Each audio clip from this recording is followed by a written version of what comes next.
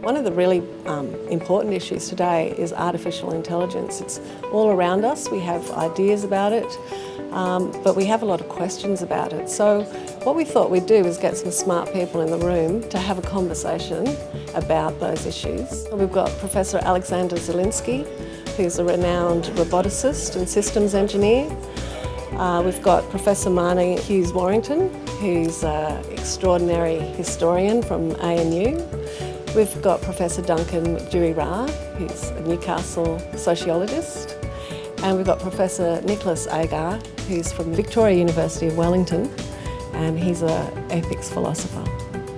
I suppose if you look at some of the big pressing problems of today, like say wealth inequality or questions about the environment, it's almost like whenever you add AI, it sharpens it, it kind of accentuates it.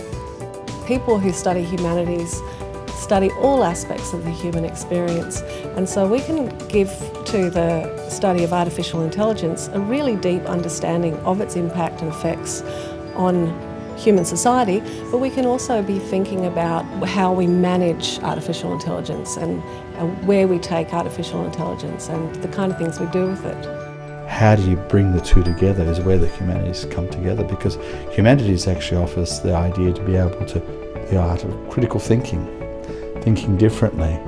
Machines can't do that, and I think that's where we bring the two together. I think we get the power of the human with the creativity and bit of technical prowess and some passion, and you could actually take things to another level.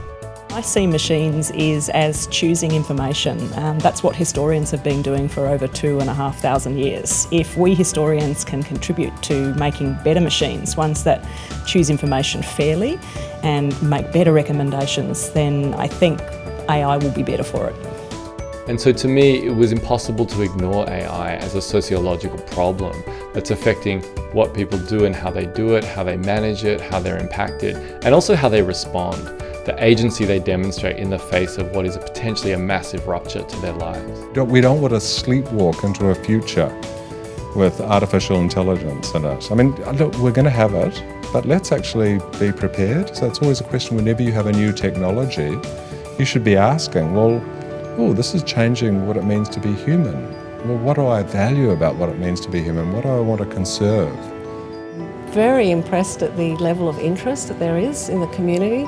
There's a lot of interest, of course, amongst academics in this subject, but also great interest from the local community, and people have come up from Sydney, interest from educators, people in the science and technology field, people in the business world, people from the museums and art gallery sort of sector. I think that what I've learned from today is that everyone has a different opinion about the future of artificial intelligence. Some people think that superintelligence can't exist, some people think that it can, and so that's a really interesting conversation to be had. I kind of came in with that sort of the Terminator fear of what will technology be like and what will it do to our lives, but I feel a little more hopeful that there are people out there that are aware of the role that humans can have in that, and that we actually really need to have in that, and we need to control, for lack of a better word, control technology. Yeah, so I feel cautiously hopeful. But those machines or those type of algorithms, they have their limitations.